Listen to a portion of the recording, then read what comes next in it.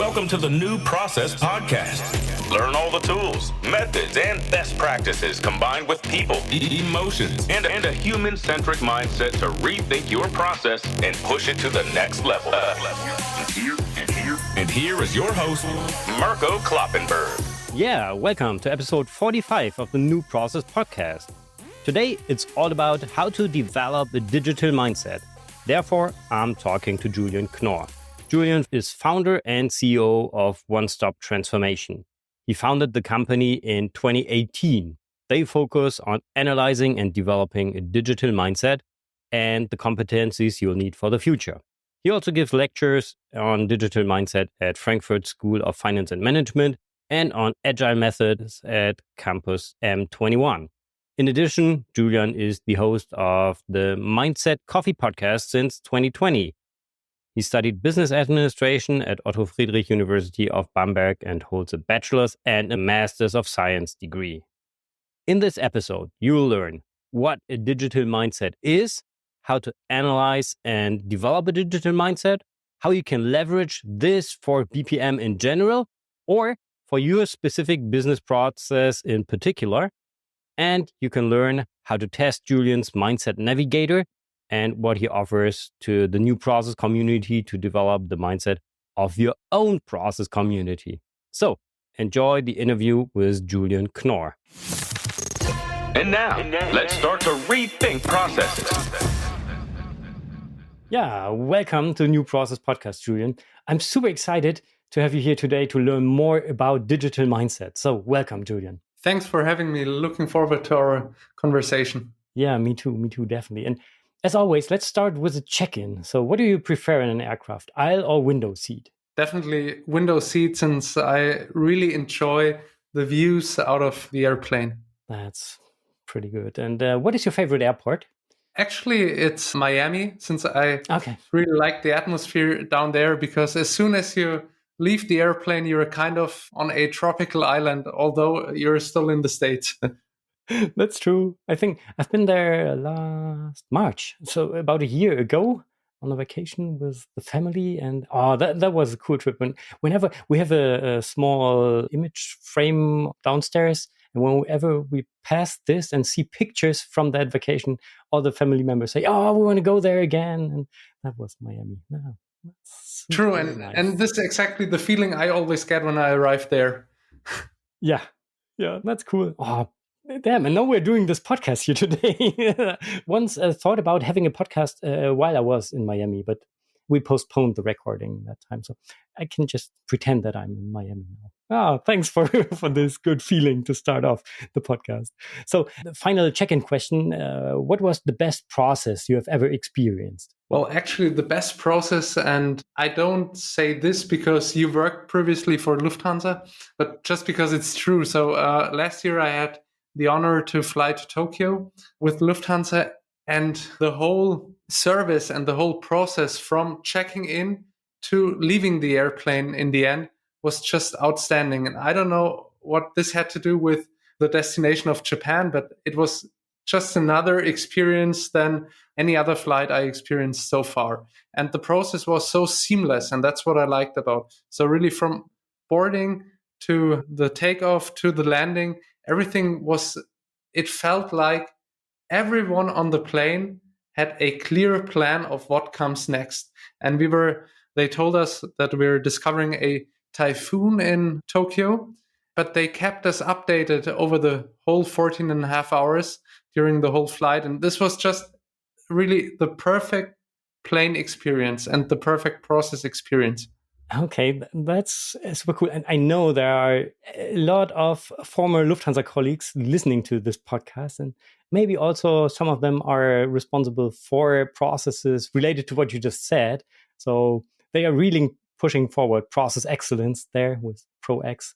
So shout out to the colleagues there. That's great to hear. Thank you for this example. And how would you describe your relationship to processes in general? Well, to be honest, I'm not the biggest process guy. I'm more like this entrepreneurial guy. So trying to do what's right and not just to stick by the process, but just, hey, what is the customer need now? And then trying to solve it in some ways.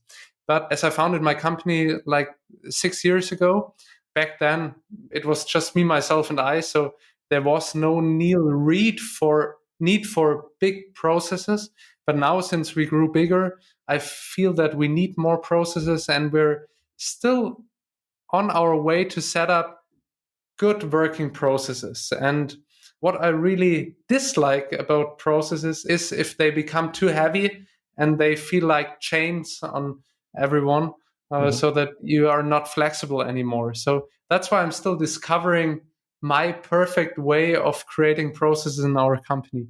Wow, that's super interesting, because one of the so-called new process principles is also to provide flexibility to the people, to trust the people working in the processes, so that hopefully the processes are not too heavy for them and forcing them into boundaries, but to give them flexibility, for example. So that's the idea there.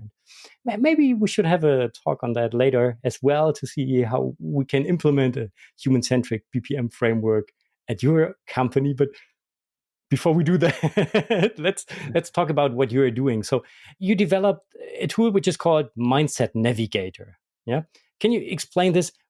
Maybe not just for me, but maybe for my 8-year-old daughter, what that is really about. What is a Mindset Navigator? What are you doing there? Yes. So basically, to put it in simple words, it's like Google Maps for future competencies. So what Google Maps does is you type in your preferred destination. Let's say you want to travel to London, and then Google Maps does not calculate your route to London instantly, but first analyzes what your current location is. So I'm sitting in Nuremberg right now, and then Google Maps would calculate the route from Nuremberg to London. And this ensures that I will definitely come to my destination. Mm-hmm. What we do is the same for future competencies. So we give employees the possibility to analyze their own future competencies and then to create the perfect route or calculate the perfect route to their desired destination when it comes to their future competencies. And this ensures a seamless learning experience and an individualized and tailored learning experience. The crazy thing is, this should be like the standard for every company, because if you don't have the location analysis from the very beginning on, like each and everyone in the company will get the same route towards a destination, no matter where they start. And this makes no sense when it comes to Google Maps, nor does this make sense when it comes to learning. Yeah, definitely. This is super easy to understand. That's important to first analyze where you are as an individual with your skills right now. And then what is the core philosophy of your approach to get me to my destination, or to whatever destination the company has in mind I should go to? What we do is we use so-called microlearning. So after your analysis, which is always scientific valid, you get a learning path consisting out of little videos, podcasts, texts, all just between 3 and 10 minutes long. And they're building your individualized learning path, and they are always adapting to your user behavior. So you have a highly adaptive learning experience. And why do we believe in these so-called microlearnings? Because our day-to-day work is super flexible. We're working location independent. We're working time independent. So why should learning not be location and time independent? That's why we use this microlearning approach. For example, you're on your route to the office on a Monday morning and you have 5 minutes in the car. So why not listen to a podcast which is suitable to your learning approach? Or you're on a run on a Thursday night. So why not listen to another podcast which is, let's say, 8 minutes long? So you can squeeze in the learning into your daily schedule. And this is a learning on the go, which we create. And in the end, this is the only chance to have to start a real lifelong learning. Mm-hmm. Okay. And I'm just wondering, how does it look like? So there is a tool where you analyze the digital mindset of the people. Is that how it looks like? And then there is another part where you get all these learning bits and pieces to listen to or to work through, or? So basically, as a user, you get your credentials, you log into our platform. It's browser-based, so no installation needed. It's also for multi-device, or you can use whatever device you want to have. And after the login process, you start with the analysis. This takes around 10 minutes. Then you get your digital mindset results, or you can even choose to further analyze yourself when it comes to digital literacy or AI competencies or even leadership competencies. And you get your results in an interactive dashboard with little videos, texts. And after you familiarized yourself with your results, you just hit start learning. And then your individualized learning path is created in the same platform and is your personal learning companion for the next year. And after 1 year, you do the analysis again and you get an adjusted learning path again. Okay, that's interesting. Cool. Thanks for these insights. But what I just wondered is, how do you determine the destination of my journey? So is this something which the company sets as the target destination for each and every person? Or is there a standard just defined by you? Or how does this look like? So both ways you just mentioned are possible. So first of all, the standard, which is like the plug and play version, means that your destination or your learning target is to move you a little bit more towards the transformational pole of your digital mindset. I know this sounds complicated, so let me give you some more insights. So digital mindset is defined by 6 different so-called personality dimensions, such as customer centricity, openness and agility, or an open dealing with failure. And each of these dimensions have so-called opposite poles. So, for example, openness and agility versus persistence. And persistence in this particular example is the traditional pole, and openness and agility is the transformational pole. And in our standard version, your learning target is to go more towards openness and agility.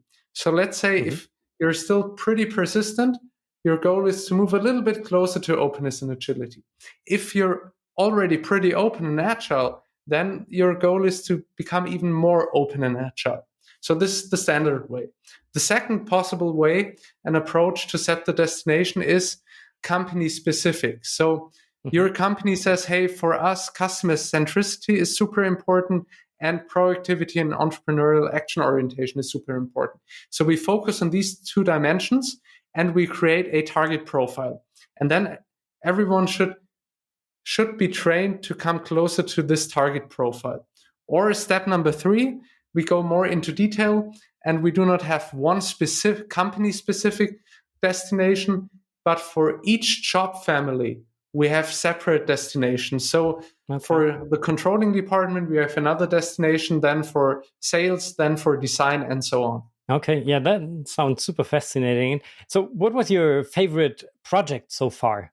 Actually, it's pretty tough to pick one favorite project because we had so many different interesting projects.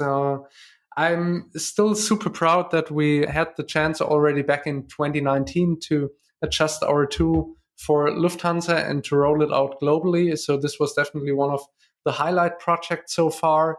But another project I would like to mention is one from a regional bank in Germany, or a banking chain in Germany, where we adjusted our tool for the leaders in the organization towards their leadership principles. And then we created specific learning content for their leadership principles. So all employees had access to our regular tool, and all leaders had also access to the regular tool with the addition of leadership principle specific content.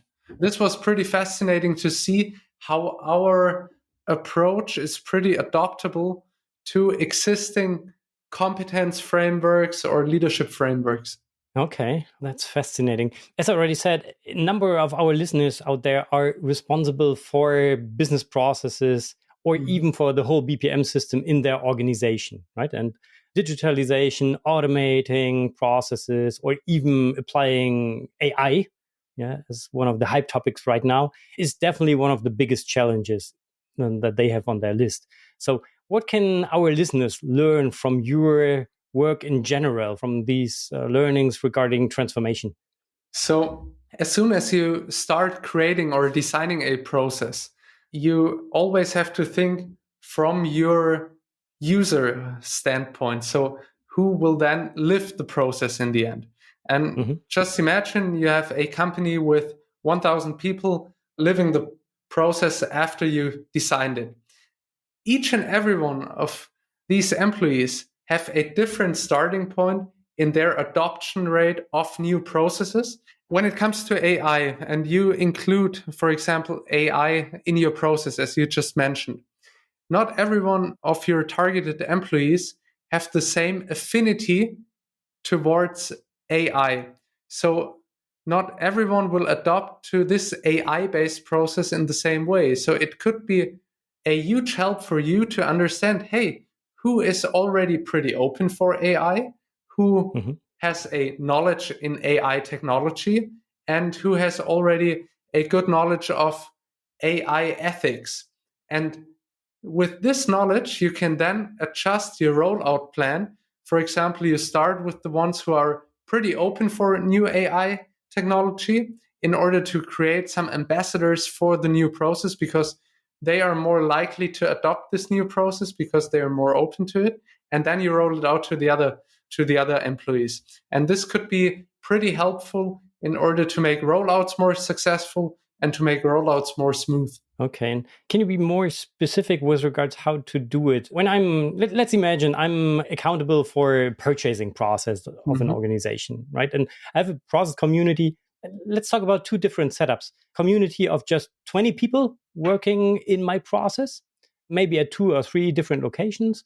Or the other extreme would be I have about 1,000 people working in my purchasing processes globally at a number of locations. How would you recommend to approach them with the digital mindset navigator to identify where they are? How could this look like in practice? So basically, it doesn't matter whether you just have a group of 20 people or a larger group of 1,000 people globally.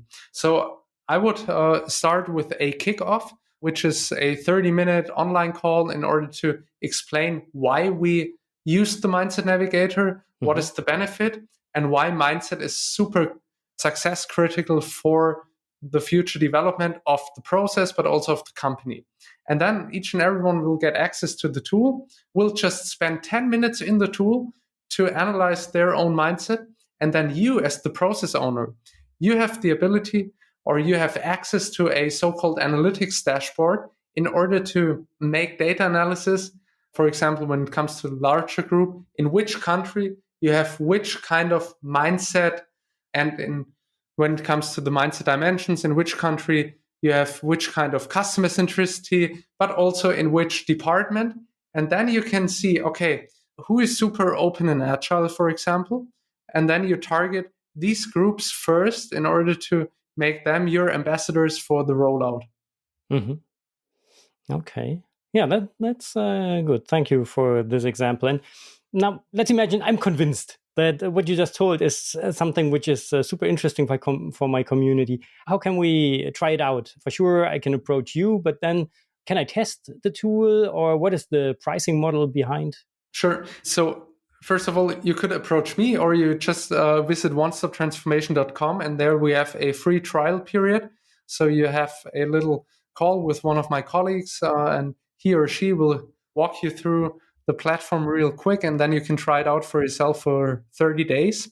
And now already a little teaser in the summertime this year, we will also approach the B2C market. So then each and everyone can just use the platform for oneself, no matter whether you're part of a company or not. Okay, cool. That's interesting. And can you at least tell us a little bit about the price level? Sure. Doesn't have to be sure. So numbers, it's a monthly subscription model, and you pay per user. So you pay per employee per month. We have 3 different packages. So we have the basic, we have the premium, and we have the leadership package.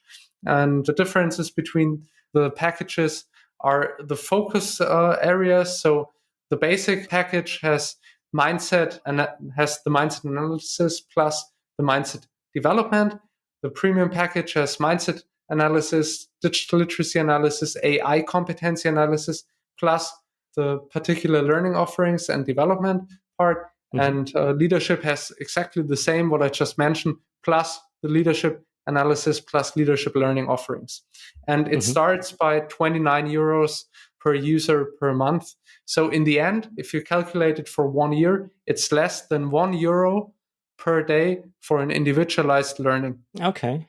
Wow. And what the people get is really a learning platform with all the content you need to get the knowledge to improve your skills, right? Right. So from the analysis to learning offerings, to reflection questions, to learning nuggets of the week, to a continuous communication, to separate communication regarding how to learn, because this is also a pretty big topic in companies that self-learning was kind of unlearned during the last decades. And we want to change this again so that each and everyone is able to self-learn again. Yeah, that's cool. So, important question. Is there a special offer for the new process community to test the Mindset Navigator? Yes, actually. So the special offer is what I can offer you. If you say that you come from our podcast, you can test it out for 2 months without any costs. Wow, that's cool. Yeah, that's a longer time frame to get familiar with the tool. Thank you very much for this offer. That's cool. Perfect. So applying your overall experience to rethinking processes, what are your top 3 recommendations to get to a more human-centric BPM approach and to inspire people for processes? First of all, how do I create a human-centric process? This is something I had to learn during the last 6 years, that not every idea I, as the founder, had was the best idea for a process. So really talk to your employees, talk to your target group, and ask them what could improve their lives and their day-to-day work. And it doesn't matter what your thoughts are, just ask your employees and ask your team. The second one is give processes enough time to evolve. So at least from my experience, the first draft of a process will not be the best, but try it out and learn from it and do regular check-ins. We just had it this week, to be honest, where we want to test a new automation tool. And we already have one, let's say, semi-automation tool for one particular process step. And now we discovered this fully automation tool. And now we said, okay, we make a 3-step approach. First one is to try out the new one. Second step is then to see what the differences are compared to our semi-automated tool. And then the third one is to see whether the surplus of the full automation is from any or has any added value to our process or not. And then we decide. And not just, hey, this is cool and we could just implement it. Of course we could, but in the end, does it have any value? And this already leads to my third of the top 3 tips and experience I discovered in the last years when it comes to processes. Each process needs to have an added value. As soon as there is no added value, just cut this process and don't do it anymore. Yeah, absolutely. That's so true. Cool. Thank you for these recommendations. And I'm really curious to wrap it up. Yeah, we learned a lot about digital mindset here. What is your key message to our listeners with regards to rethinking processes? So my key message when it comes to processes is basically the same as when it comes to transformation and working in a company overall. Mindset is way more important than technology. And I always like to talk about the so-called iceberg of transformation. And for me, this could also be the iceberg of processes. So everything what is visible about an iceberg, so the things which are on top, are always just the smaller part of the whole iceberg. And this is for me always the technology. But the things which are not visible, this is the human part of it. And so here we come to mindset. And this is the foundation of the technology. So as soon as you don't have the right mindset, even the best technology will not improve your business. So start with developing the mindset and then adjust the technology afterwards. So mindset is more important than technology. Cool. I love this analogy. That's cool, Julian. Thank you very much for this recommendation. And where can our listeners learn more about your activities and learn more about your tool? So basically, the best two addresses are our website, onestoptransformation.com. And second of all, just follow either our company on LinkedIn or just follow my profile on LinkedIn. I post always some pretty interesting stuff around digital mindset, digital transformation, and competency development. Okay. And I have one more question. Why is the company called One Stop Transformation? Yes, so there's a little story behind it. And I'm glad that you asked, Mirko.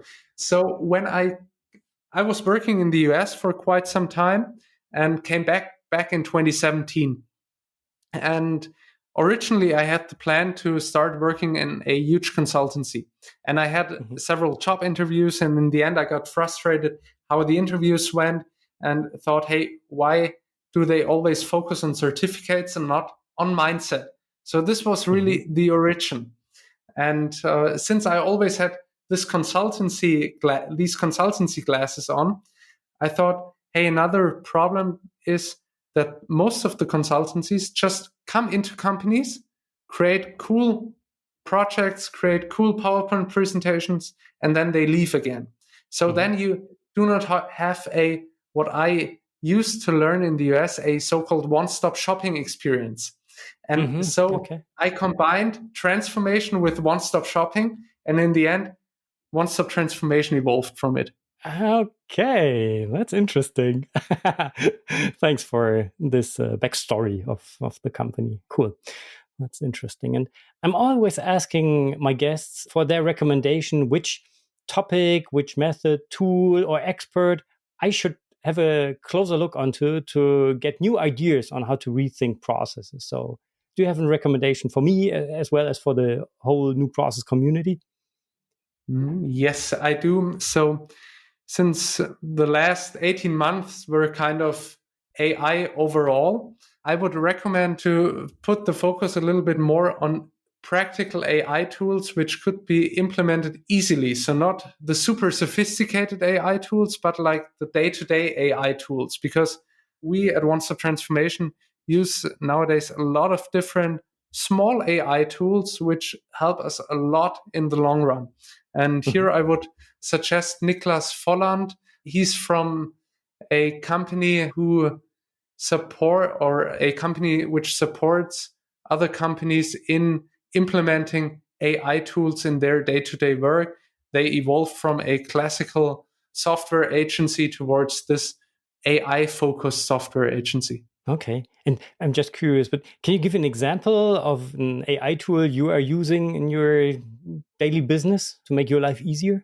Sure. So, for example, when it comes to our postings on social media with our company side, there's a fully automated process from drafting the idea to creating the text, to optimizing the text, and then to creating the right visual for the posting and then to post it. So this is a fully automated process there, but not just with one tool. So it's not just ChatGPT, but there are several tools.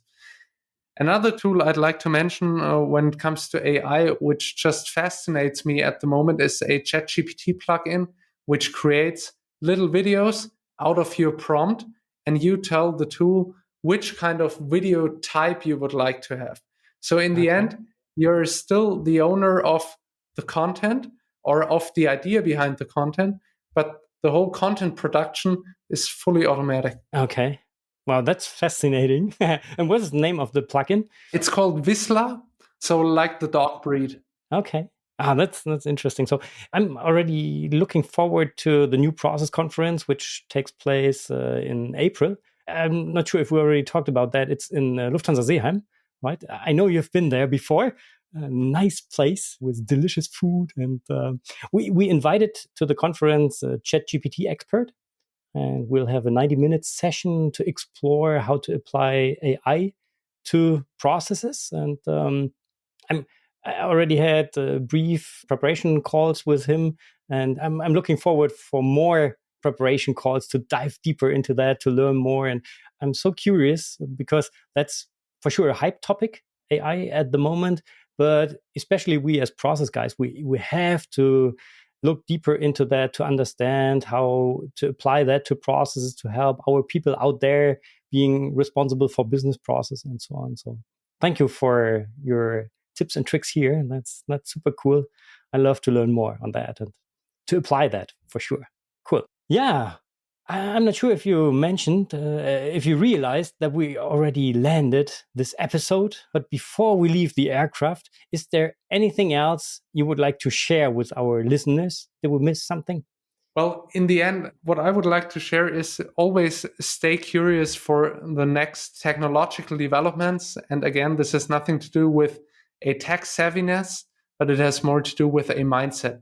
And I'm super convinced that if you stay curious and you stay open to new developments, your own employability will always be on top. And so you will never, ever have any problem with adopting to new processes or technologies. That's cool. Thank you. And finally, how would you describe your flight experience with just 3 words? Smooth? That's a tough one, to be honest, just with 3 words. So, to be honest, it was smooth. It was process-wise, it was pretty smooth. It was smooth from our conversation. So this is definitely the first word. Second one is informative, since I learned more about processes. And it was also reflective, since your questions kind of pushed me out of my comfort zone in order to think more about my own process understanding. Yeah, that's cool. We definitely have to talk about the process in your company later on. So for me, it was definitely inspiring. So thank you very much, Julian, for all these insights. I'm really looking forward to look deeper into the Mindset Navigator and so on. So thank you very much. Have a great day. Bye-bye. Thanks for having me. Let's recap today's new process inspiration. Wow, that was an interesting perspective on processes.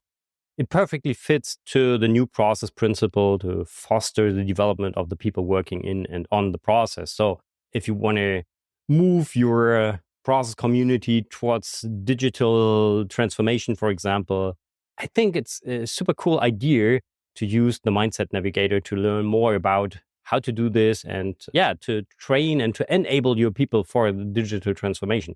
So I'm a huge fan of this analytical approach and already played around with the Mindset Navigator myself. So please make use of Julian's offer and test the Mindset Navigator too. And as he said, you can approach Julian via LinkedIn to get the extra month for free. You'll find all the links in the show notes of this episode. Julian and I also agreed upon sharing more about how to analyze and develop a digital mindset on New Process Pro in the future. So if you aren't a member yet, you can join the community for free by going to newprocesslab.com/pro. Yeah, what is coming up next? If everything goes as planned, you can expect a very special episode in 2 weeks' time, in which I'm going to talk to a guest who has had a significant influence on my personal development and on my new process journey. I'm really looking forward to this conversation, which I'll be even record in person this time. So stay tuned. But for now, thank you very much for listening. Have a great day. Bye-bye und auf Wiedersehen. You've been listening to the New Process Podcast. Make sure to subscribe so you don't miss the next episode for more tools, methods, and best practices to rethink your process and push it to the next level. Thank you for listening. Before you leave, we are slowly approaching the 2nd birthday of the New Process Podcast, and I'd like to ask you for your feedback. So what do you like about the podcast? What would you like to see changed? I'm really interested in learning more from you and making the New Process Podcast even better for you. To give me feedback, just go to newprocesslab.com/feedback. It'll only take a few minutes to answer 4 simple questions, but it would mean a lot to me. So thank you very much for supporting me. Just go to newprocesslab.com/feedback. Thank you very much. Bye-bye.